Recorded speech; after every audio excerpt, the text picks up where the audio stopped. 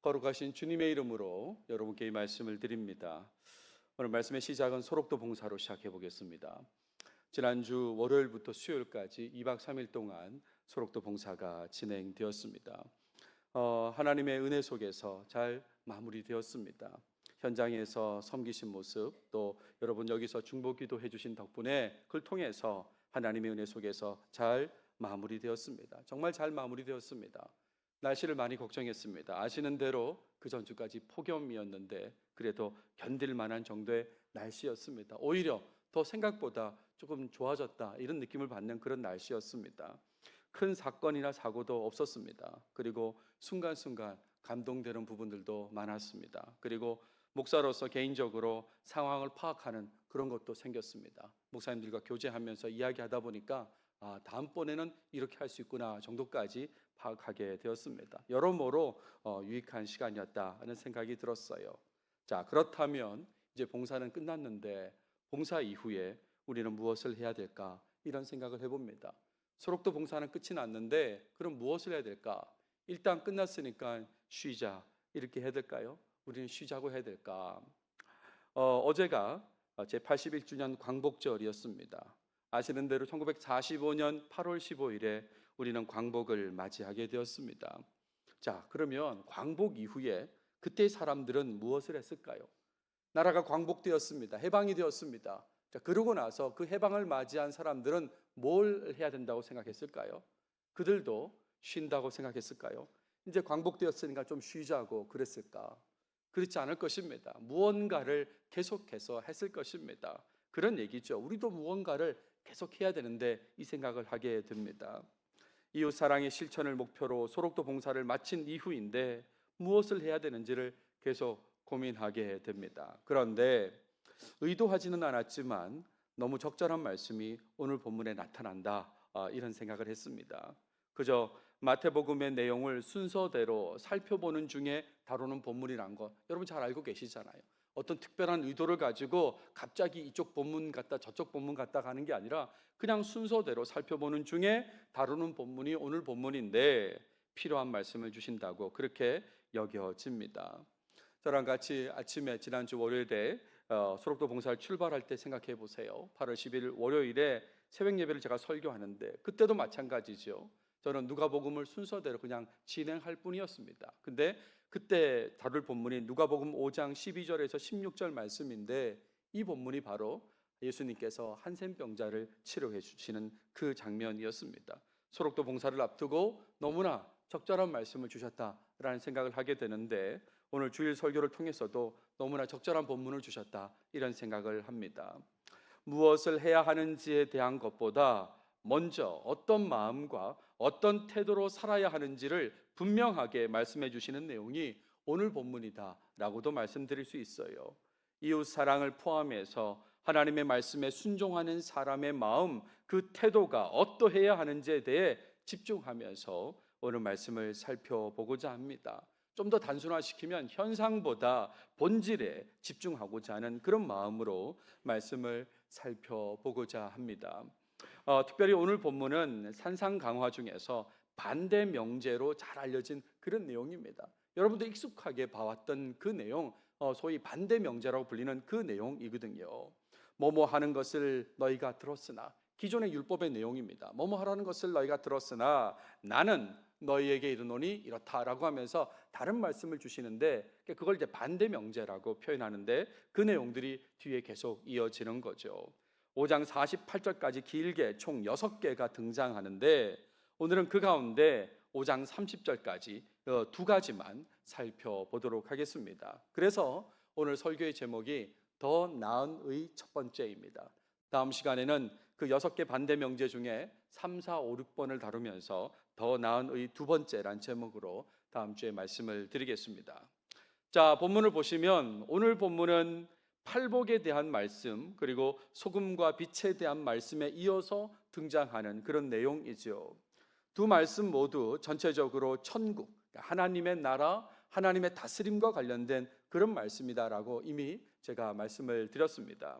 하나님의 다스림 속에서 살아가는 그 사람의 바른 삶의 모습, 하나님의 다스림 속에 있는 사람이 어떻게 살아야 되는지 그 바른 모습을 말하고 있고, 뿐만 아니라 그런 사람이 누리게 되는 복에 대한 말씀을 주신 것이 팔복과 그리고 소금과 빛에 대한 그런 말씀이지 않습니까? 그런데 여러분, 이런 말씀을 듣고 있던 사람들을 한번 생각해 보십시오. 본문 속에서 예수님의 말씀을 직접 듣고 있던 그 사람들을 한번 생각해 보세요. 그 사람들은 정결법 중심의 율법 속에서 살아가던 사람들입니다. 기존의 율법 속에서 자기들 언어로 이렇게 살아가던 사람들이었어요. 근데 그들에게 예수님의 말씀은 평소에 듣지 못한 낯선 말씀으로 그렇게 여겨질 수 있는 거죠. 팔복에 대한 말씀이, 소금과 빛에 대한 말씀이 굉장히 낯설게 느껴질 수 있는 것입니다. 그래서 그들 중에는 예수님께서 율법을 폐하려고 한다고 그렇게 생각하는 사람들도 있었습니다. 예수님이 율법을 폐하려고 하는구나, 무시하는구나, 이런 생각을 가진 사람도 있었다, 이런 말이죠. 제 얘기가 아니고 예수님 말씀을 보세요. 내가 율법이나 선지자를 폐하러 온 줄로 생각하지 말라. 이런 생각을 한 사람이 있으니까 이렇게 율법이나 선지자를 폐하러 온 줄로 생각하지 말라 그랬습니다. 여기서 율법이나 선지자라고 하는 것은 토라와 느빔을 얘기하는 것입니다. 토라, 오경, 율법이죠. 그리고 느빔, 예언서를 말합니다. 구약이라고 하는 성경이 세 가지로 구성되어 있습니다. 토라, 느빔, 그리고 나머지를 케투빔, 성문서라고 했으니까 실제로는 토라, 느빔이 전체라고 해도 과언이 아니죠. 성경 전체, 우리로 치면 구약 성경 전체입니다. 그러니까 내가 성경을 폐하러 온 줄로 생각하지 말라라고 그렇게 말씀하셨던 거죠. 이렇게 말씀하실 정도로 예수님의 말씀을 들으면서 낯설다고 생각하고 예수님이 율법을 폐하려고 하는 거 아닌가, 이런 생각을 한 사람들이 있었다, 이런 거죠. 자, 이런 생각을 하는 걸 아신 예수님께서는 먼저 율법에 대한 입장부터 말씀하십니다. 본인이 가지고 있는 율법에 대한 입장을 명확하게 말씀하시는데, 폐하러 온 것이 아니요 완전하게 하려 함이라라고 그렇게 말씀하십니다. 예수님이 율법에 대한 입장은 율법을 완전하게 하려고 하는 것이다 라고 그렇게 말씀하신 거죠. 여러분, 율법을 완전하게 하려 한다는 건 굉장히 어려운 일인데 이렇게 말씀하셨습니다. 율법 가운데 명령만 생각해 보십시오. 특히 정언 명령, 하라 하지 말라는 명령만 613가지입니다. 이 가운데 하라는 248, 하지 말라는 365개입니다. 얼마나 많습니까? 이렇게 많은 율법이 있어요. 근데 이것만 있는 게 아닙니다. 정언 명령만 있는 게 아니라 가언 명령, 가정법으로 된 명령, 뭐뭐 하면 뭐뭐 할 것이라는 명령도 많이 있고, 뿐만 아니라 해석된 것들까지 있습니다. 예를 들어서 안식일을 거룩히 지키라, 그거 하나만 있는 게 아니라 어떻게 거룩히 지켜야 되는지에 대한 생활 방식들을 쭉 정리해 놓은 해석들이 있는 거죠. 그러니까 한 개 명령에 여러 가지 해석들이 있는 것입니다. 그러니까 합치면 얼마나 많겠어요. 그거를 누구도 완전히 지킬 수는 없는 거죠. 아니, 다 기억도 못하는 겁니다. 기억도 못하는 상황에서 어떻게 완전히 지킬 수 있겠어요. 그런데 이런 상황에서 예수님께서는 완성하러 오셨다고, 내가 율법을 폐하러 온 게 아니라 완성하러 왔다, 이렇게 말씀하신 거죠. 예수님께서는 율법을 폐하려고 하는 율법의 부정적인 입장을 가지신 분이 아니다, 이런 말입니다. 그래서 18절에는 이렇게 이어서 말씀합니다. 진실로 너희에게 이르노니 천지가 없어지기 전에는 율법의 1.1획도 결코 없어지지 아니하고 다 이루리라 그랬습니다. 하나도 없어지지 않는다, 이 말인데 1.1획이라고 그렇게 표현하고 있죠. 여러분, 히브리어 알파벳을 조금 아시면 이 말이 금방 이렇게 잘 와닿을 것입니다. 알파벳 자음 중에 쉰이라는 자음이 있습니다. 이 삼지창처럼 생긴 자음인데 점이 오른쪽 위에 이렇게 찍혀 있죠. 근데 이게 때에 따라서는 왼쪽에도 이렇게 찍혀 있을 수 있거든요. 그러면 발음 자체가 다릅니다. 쉰이라는 발음이 신이라는 발음으로 아예 바뀌게 되고 또 다른 뜻의 그 단어에 이렇게 사용되게 되거든요. 그러니까 점의 위치에 따라서도 달라진다, 이런 말이죠. 획도 보십시오. 이게 이제 달렛이라는 자음이고요. 여기가 레시라고 하는 자음입니다. 우리가 보기에는 그냥 기역자처럼 보이지만 다른 것입니다. 왼쪽의 달렛은 투 스트로크, 2획이죠. 두 번 만에 쓰는 것이고, 오른쪽의 레시는 원 스트로크, 한 번에 이렇게 1획에 쓰는 것입니다. 그러니까 완전 다른 알파벳이거든요. 그러니까 1.1획도 결코 없어지지 않는다라고 분명하게 말씀하셨어요. 아주 작은 차이도 무시되지 않고 그대로 다 이루어질 것이다 라는 것이 예수님께서 가지신 율법에 대한 입장이에요. 그러니까 율법에 대한 긍정적인 입장을 가지고 계신 분이 바로 예수님이다 라고 할 수 있는 거죠.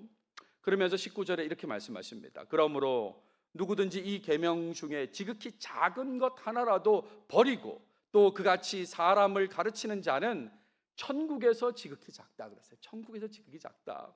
일컬음을 받을 것이요 누구든지 이를 행하여 반대로 가르치는 자는 천국에서 크다 일컬음을 받으리라 그랬습니다. 무슨 말입니까? 율법대로 사는 것이 하나님의 나라에서도 중요하다. 천국, 하늘나라, 하나님의 나라, 하나님 다스림 속에서도 중요하다라고 그렇게 예수님께서 말씀하셨습니다. 자, 이렇게까지 말씀하신 후에 강조하신 것이 뭐냐면 더 나은 의. 오늘 제가 제목으로 정한 그 부분인 거죠. 20절을 보세요. 내가 너에게 이르노니 너희 의가 서기관과 바리새인보다 더 낫지 못하면 결코 천국에 들어가지 못하리라 그랬습니다. 하나님의 다스림 속에 있기 위한 그 의를 말하고 있는 것입니다. 물론 이미 말씀을 예수님께서 하셨어요. 팔복에 대한 말씀도 하셨고 소금과 빛에 대한 말씀도 하셨습니다. 이 모든 게 다 하나님의 나라, 천국과 관련된 말씀이란 걸 이미 말씀드렸지 않습니까? 팔복 한번 생각해 보세요. 하나님의 다스림 속에 있기 위해서는 어떻게 살아야 됩니까? 심령이 가난해야 된다 그랬습니다. 그죠? 애통하는 자, 온유한 자, 의에 줄이고 목마른 자, 그리고 긍휼히 여기는 자, 마음이 청결한 자, 그리고 화평케 하는 자, 의를 위해 핍박받는 자, 이런 자 모습이 있어야 된다 그랬어요. 소금과 빛은 어떻습니까? 드러내지 않고 영향을 끼쳐야 되고 때로는 또 부정적인 곳에서는 드러내고 영향을 끼쳐야 된다. 이렇게 다 말씀을 하셨거든요. 그러기에 추가해서 또 다른 하나님의 다스림 속에 있기 위한 의를 말씀하시는데 율법에 대해서 긍정하시면서 이렇게 말씀하시는 겁니다. 너의 의가 서기관과 바리새인보다 더 낫지 못하면 결국 천국에 들어가지 못한다라고 말씀하셨어요. 그러니까 종교 지도자들보다 더 나은 의를 요청하시는 것입니다. 의롭게 살아야 돼. 하나님 다스림 속에 있으려면 의롭게 살아야 돼. 팔복처럼 소금과 빛처럼. 그리고요 종교 지도자들보다 더 나은 의를 가져야 돼. 이렇게 말했다 이런 말이죠. 종교 지도자들보다 더 나은 의가 이게 도대체 뭘까 한번 생각해 보시죠. 종교 지도자들보다 더 나은 의에 대한 설명으로 언급한 것이 바로 반대 명제인 것입니다. 그리고 그 반대 명제가 6가지나 이어지는 거죠. 길게 48절까지. 이게 너무 중요하니까 예수님께서 6가지 예를 들면서까지 설명하고 있다 이런 말이죠. 결론부터 말씀드리면 율법을 지키는 겉모습이 아니라 율법의 본질에 충실한 마음, 본질에 충실한 태도가 중요하다는 것을 알고 사는 것, 이것이 바로 더 나은 의라는 거죠. 겉모습이 중요한 게 아니라 정말 본질에 충실한 마음, 태도, 그걸 가지고 사는 더 나은 의를 가지고 살아야 된다. 그 말씀을 하신다 이런 말입니다. 율법의 본질이 뭘까요? 정언명령 613가지 이렇게 말하지만 정말 다 요약하면 정말 핵심 2가지가 뭡니까? 하나님을 사랑하고 이웃을 사랑하는 거지 않습니까? 바로 그겁니다. 이 본질에 충실하게 마음과 태도를 가지고 사는 거, 그게 바로 더 나은 의의 삶이다 이런 겁니다. 그러면서 예를 6가지 들었다고 그랬는데 오늘 제가 2가지만 다룬다고 그랬습니다. 일단은 21절부터 26절까지 살인하지 말라는 그 계명을 가지고 오십니다. 10계명 중에 6번째 계명이잖아요. 예수님이 이렇게 말씀하시죠. 살인하지 말라. 누구든지 살인하면 심판을 받게 되리라 그랬습니다. 사람을 죽이면 심판을 받는다고요. 어떤 심판을 받습니까? 죽임을 당하게 되잖아요. 물론 아주 예외적인 경우도 있지만 대부분의 경우는 죽임을 당하게 됩니다. 근데 여러분, 종교 지도자들의 수준의 의는 이것을 겉으로 어기지 않는 정도입니다. 종교 지도자들이 나는 사람 죽이지 않았어. 이 정도의 의가 실제로 죽이지 않았다는 그 의가 이 사람들의 의다 이런 말이죠. 근데 예수님께서는 이렇게 말씀하십니다. 22절 보세요. 나는 너에게 이르노니 형제에게 노하는 자마다 심판을 받게 되고 형제를 대하여 나가라 하는 자는 공회에 잡혀가게 되고 미련한 놈이라 하는 자는 지옥불에 들어가게 되리라 그랬습니다. 예수님은 다른 말씀을 하시는 거예요. 형제에게 노하는 자, 성질내고 화내는 자, 라가라 한다. 라가란 말이 정확한 뜻을 모르지만 욕이라고 생각합니다. 욕하는 자, 미련한 놈이라고 하는 자, 이런 자를 언급하시는 거예요. 한마디로 화내고 욕하고 비판하고 비난하는 사람, 그런 사람에 대해서 심판을 받게 되고 공회에 잡혀가게 되고 지옥불에 들어가게 된다고까지 그렇게 말씀하시지 않습니까? 그러니까 이런 사람이 살인한 자다, 이런 말입니다. 이런 사람이요, 상대를 마음으로 미워하고 상대에게 적대적인 태도를 가지고 욕하고 비난하는 사람, 그 사람이 바로 살인한 사람이다 라고 예수님께서 그렇게 말씀하고 있는 것이죠. 이런 예수님의 말씀을 사도 요한은 잘 알았습니다. 그래서 사도 요한이 요한 1서를 쓰면서 이렇게 말하죠. 그 형제를 미워하는 자마다 살인하는 자니라고 했습니다. 형제를 미워하면 살인하는 자다, 이런 말이에요. 살인하는 자마다 영생이 그 속에 거하지 아니하는 것을 너희가 아는 바라라고 했죠. 자, 이렇게 말씀하신 예수님께서는 더 나은 의를 실천하기 위한 예를 드는데 두 가지 예를 들어 주십니다. 23절 24절을 보세요. 그러므로 예물을 제단에 드리려다가 거기서 내 형제에게 원망 들을 만한 일이 있는 것이 생각나거든 예물을 제단 앞에 두고 먼저 가서 형제와 화목하고 그 후에 와서 예물을 드리라 그랬습니다. 무슨 말이에요? 예배보다 화목하는 일이 먼저라는 거죠. 화목하는 일을 먼저 하라는 것입니다. 왜 그렇습니까? 예배가 더 가치가 떨어져서 그렇습니까? 그 얘기가 아니잖아요. 형제를 살인한 자가 무슨 예배를 드리냐, 그런 얘기입니다. 형제를 미워하고 원망 들을 만한 일을 만들어 놓고 그러면서 살인해 놓고 살인한 자가 그거 해결하지 않고 지금 예배 드리는 게 말이 되느냐, 그 얘기잖아요. 근데 여러분 주위를 보세요. 교단이 갈라지고 교회가 갈라지고 교인끼리 대립하고 하면서 화해하지 않고 그냥 자기들대로 무시하고 계속 예배 드리고 있는 거죠.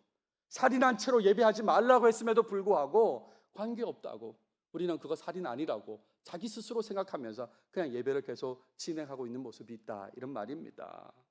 두 번째 예는 상대에게 재정적 손실을 입힌 경우를 말하고 있습니다. 보세요. 25절 26절에 너를 고발하는 자와 함께 길에 있을 때에 그 돈을 갚지 않고 재정적 손해를 입혀서 같이 이제 법원에 가는 그 길을 말합니다. 그 길에 있을 때에 급히 사화하라, 해결하라는 거예요. 빨리 해결하라. 그 고발하는 자가 너를 재판관에게 내어주고 재판관이 옥리에게 내어주어 옥에 가둘까 염려하라. 진실로 내게 이르노니 내가 한 푼이라도 남김이 없이 다 갚기 전에는 결코 거기서 나오지 못하리라. 이웃에게, 형제에게, 다른 사람에게 피해를 입히는 그 모습은 곧 살인하는 모습이다 라고 지금 그렇게 말씀하고 있다, 이런 말이죠. 실제로 살인하지 않았다고 하는 겉모습만 유지하는 것, 그것은 종교 지도자들 수준의 의라고 말씀드렸지 않습니까? 율법의 본질인 이웃 사랑에 충실한 더 나은 의를 추구해야 된다고 지금 예수님께서 말씀하고 있는 것입니다. 이웃에게 화내고 이웃을 비난하고 이웃에게 피해를 입히는 모습, 그 모습이 바로 살인하는 것이다라는 것을 아셔야 되는 것입니다. 이게 살인하는 거라고 예수님이 분명히 말씀하고 있다, 이런 말이죠. 두 번째는 간음하지 말라라는 말씀입니다. 27절부터 30절까지 말씀인데 10계명 중에 제 7계명이 바로 이 계명이죠. 또 간음하지 말라 하였다는 것을 너희가 들었으나 그랬어요.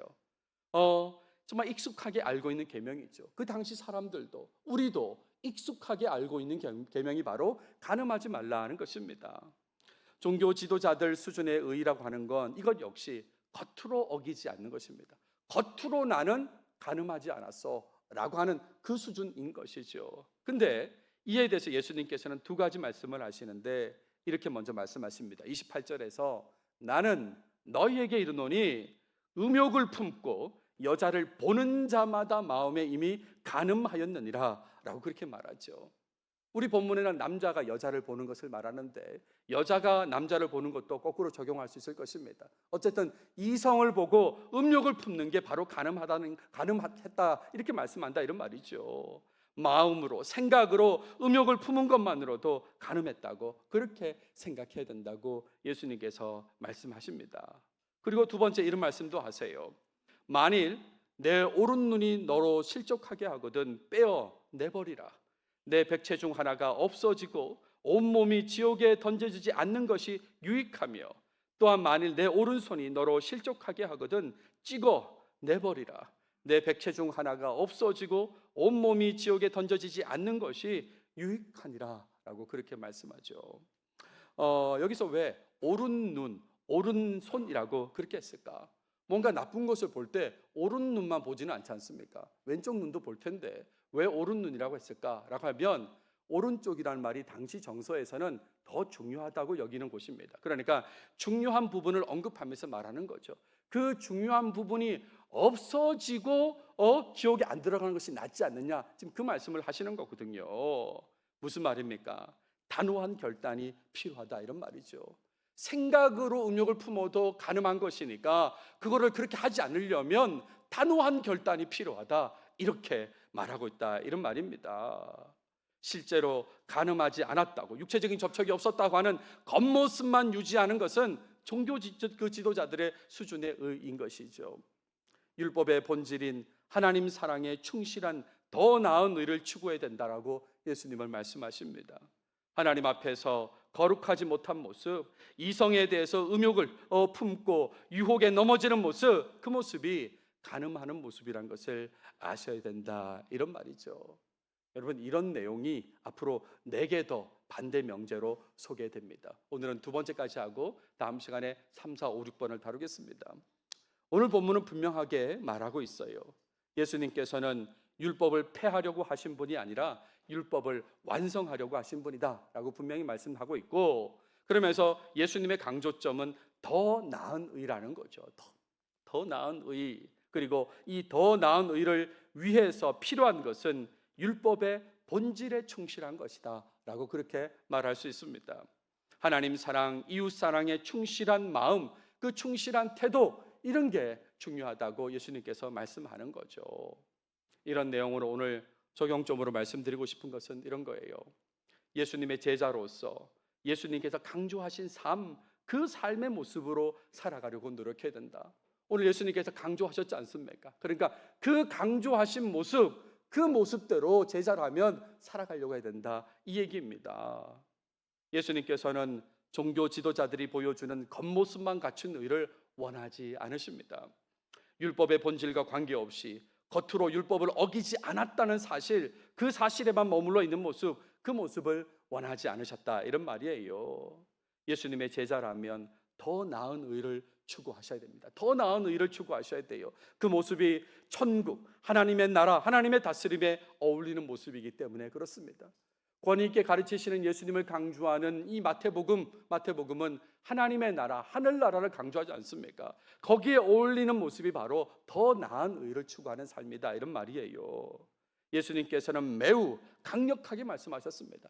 그냥 해도 좋다 뭐 이런 식으로 얘기하신 게 아니라, 하면 좋겠지 이렇게 말씀하신 게 아니라 22절을 보세요. 지옥불에 들어가게 된다는 거예요. 상대에게 화를 내고 상대를 비난하고 욕하는 사람은 지옥불에 들어가게 된다고 제가 얘기한 게 아니라 예수님께서 그렇게 분명히 말씀하셨다 이런 말입니다. 30절에 내 백체 중 하나가 없어지고 온몸이 지옥에 던져지지 않는 것이 유익하다라고 할 정도로 단호한 결단, 안 그러면 지옥에 던져지니까 단호한 결단을 해야 된다고 그렇게까지 말씀하신 분이 예수님이시다 이런 말이죠. 이전과 다른 발전된 신앙생활을 하길 원하신다면 꼭 더 나은 의를 추구하시길 바랍니다. 이전과 다른 정말 더 발전하는 신앙생활을 하길 원한다면 이 예수님 말씀에 주목하고 더 나은 의를 추구하시길 바라요. 먼저 그동안 잘못했던 부분을 회개하셔야 되는 겁니다. 그동안 잘못했던 것을 돌이키는 모습이 나타나야 돼요. 하나님 사랑, 이웃 사랑의 본질적인 부분을 무시하고 겉으로만 신앙인의 모습을 유지했던 것, 그 부분에서 돌이켜야 되는 거죠. 겉으로는 살인하지 않았습니다. 겉으로는 간음하지 않았습니다. 그러니까 겉모습만 유지했던 그 부분에 대해서 돌이키는 모습이 있어야 된다 이런 말이죠. 여러분, 구체적으로 한번 생각해 보세요. 얼마나 많은 사람을 죽였는지 한번 생각해 보십시오. 저를 포함해서 우리 모두가 한번 생각해 보십시다. 우리가 살면서 얼마나 많은 사람을 죽였는지, 화내고 비난하고 욕하면서 또 죽이고 또 죽이고 또 죽이고, 겉으로는 안 죽였는데 실제로는 죽이고 또 죽이고 또 죽이고 그렇게 살았다 이런 말이죠. 겉으로는 살인한 적이 없다고 하지만 미워하는 마음으로 수없이 살인했던 부분에 대해서 철저히 회개해야 되는 것입니다. 여러분, 회개가 뭡니까? 잘못을 하지 않은 삶을 실천하는 것으로 완성하는 거지 않습니까? 아우, 내가 그때 왜 그랬을까? 왜 그랬을까까지는 회입니다. 회. 뉘우치는 거잖아요. 근데 개가 필요한 거죠. 개. 완전히 바뀐 삶, 화내지 않고 욕하지 않고 비난하지 않는 삶, 그 삶을 실천할 때 회개는 완성되는 것입니다. 간음과 관련해서도 얼마나 음란했는지 생각해야 되는 거죠. 이성에 대해서 음욕을 품으면서 얼마나 음란했는지를 생각해야 되는 것입니다.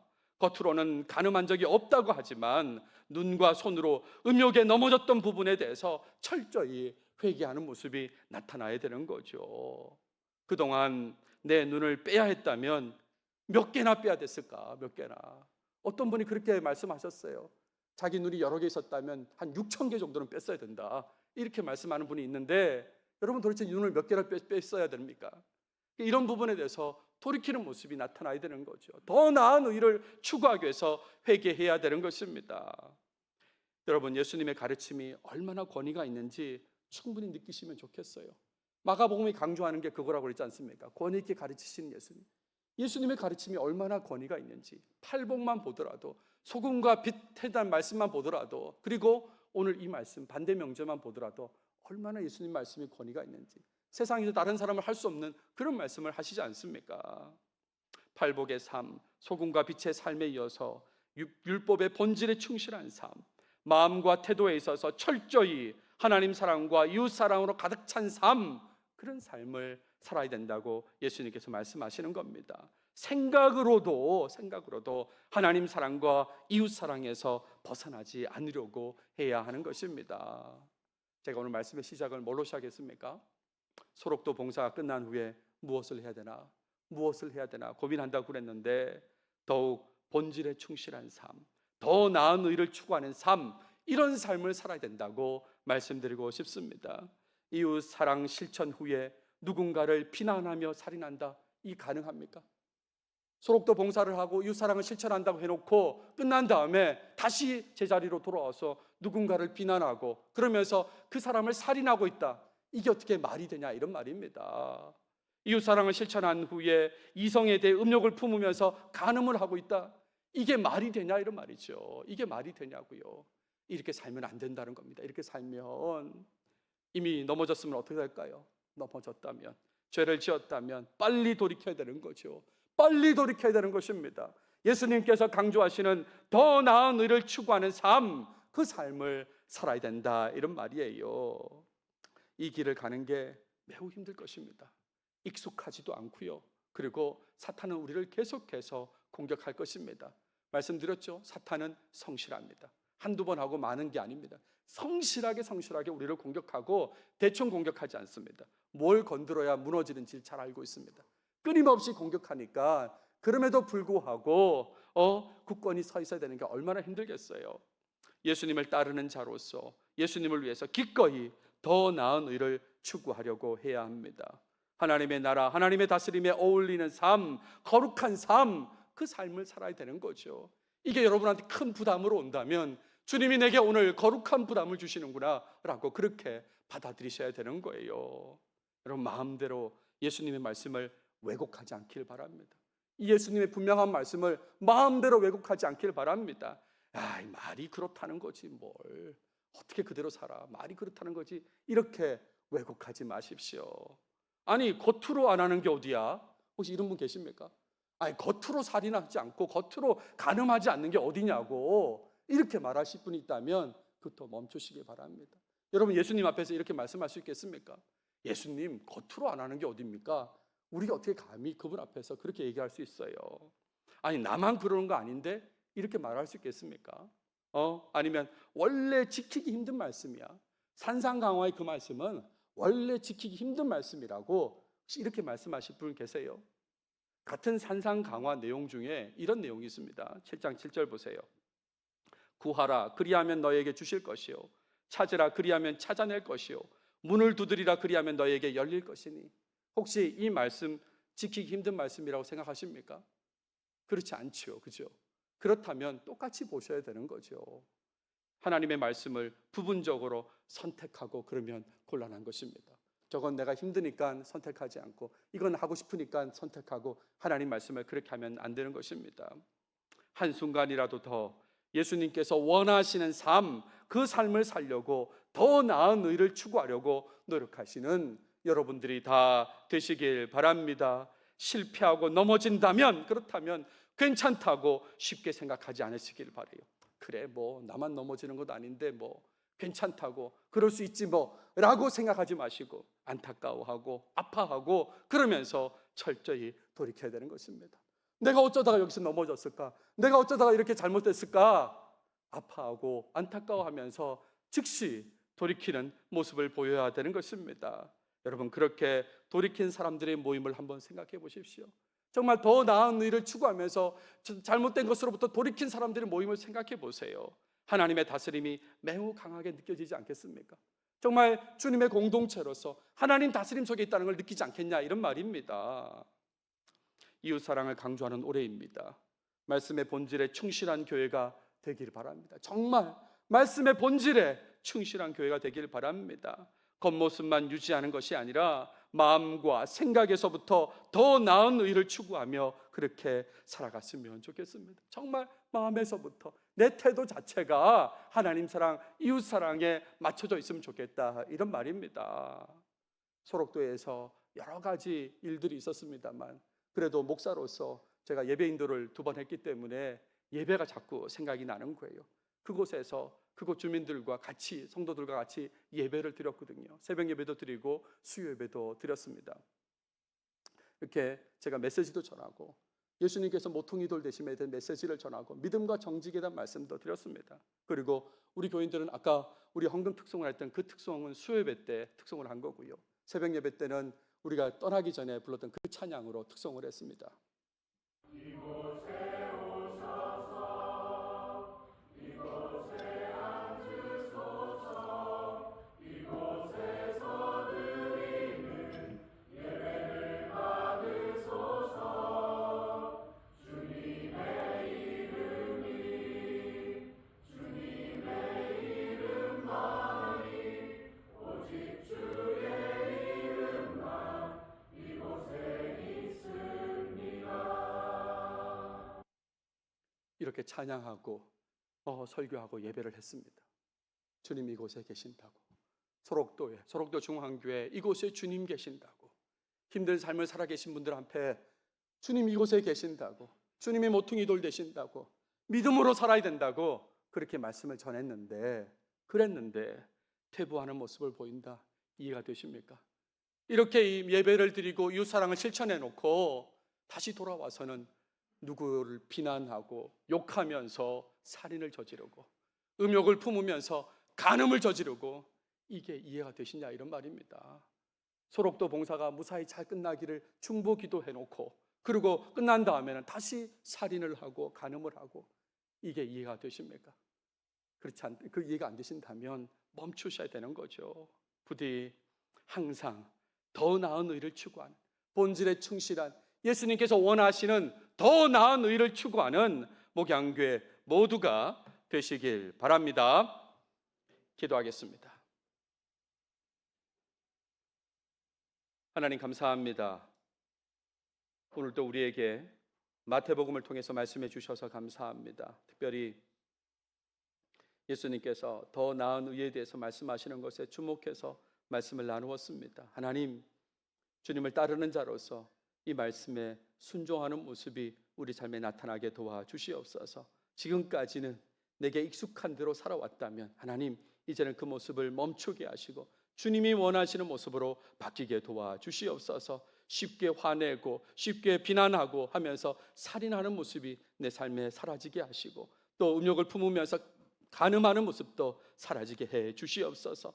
더 나은 의를 추구하면서 하나님 다스림에 합당한 삶을 살아가는 우리 모든 목양교회 교인들이 되게 하시고, 그걸 바탕으로 더 많이 이웃사랑을 실천하는 우리 교회가 꼭 되게 해 주시옵소서. 이 모든 말씀 예수님의 이름으로 기도드렸습니다. 아멘.